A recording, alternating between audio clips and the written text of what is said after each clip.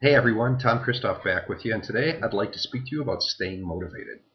What is it that you do to keep yourself motivated?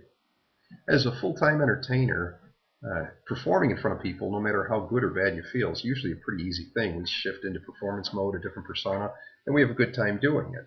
The business side of things, however, well, that's a different story. A lot of times we just don't feel like taking care of the tasks at hand. And I'd like to share with you some insight into things that I've learned over the years and some things I've modeled from other people.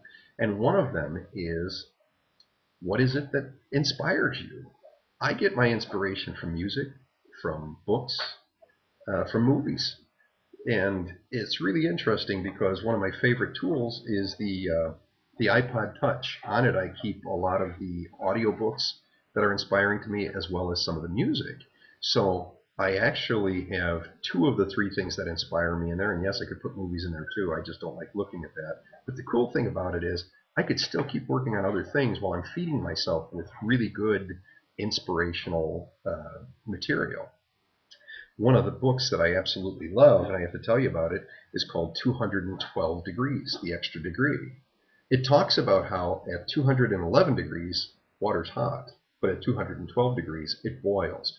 There's a lot of stories in here, and they're not really stories, but analogies um, about the differences between success and failure and the parallels in sports, in nature, in business.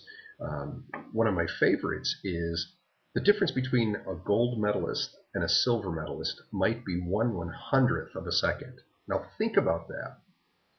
That means that you could be in fifth place by a difference of 1/10th of a second. You still performed an incredibly remarkable feat, but you came in fifth place. The differences between success and failure are marginal, and it's important that we stay at the top of our game. If we keep ourselves inspired, we'll do great things. And I want to share a quick story with you and then let you go about something from my personal experiences when I first started out as a full-time magician. I was prospecting. I was good at the business side of this, and I was just starting out. And I swear, this one day I must have had 25 people to call. I had afternoon appointments, so I was trying to bang out the calls in the morning, and everybody was rejecting me. And I have to tell you now, if nobody's told you this before, that's a reality of the business. You're going to be rejected. Get over it.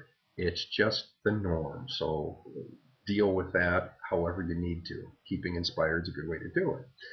But the rejections that kept on coming were getting me down. They were wearing me down. And I got through about 22 phone calls and just was going to blow off the last three. I thought, you know what? I'm going to go grab lunch, hook up with a few buddies, and then go to the meetings in the afternoon.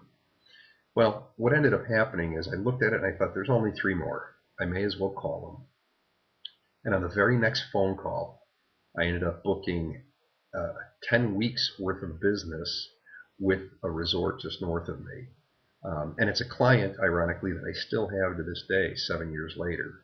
So the reality is, when you approach your job, the business side of your job, it might not be the most fun, but that might be when you need to be the most inspired.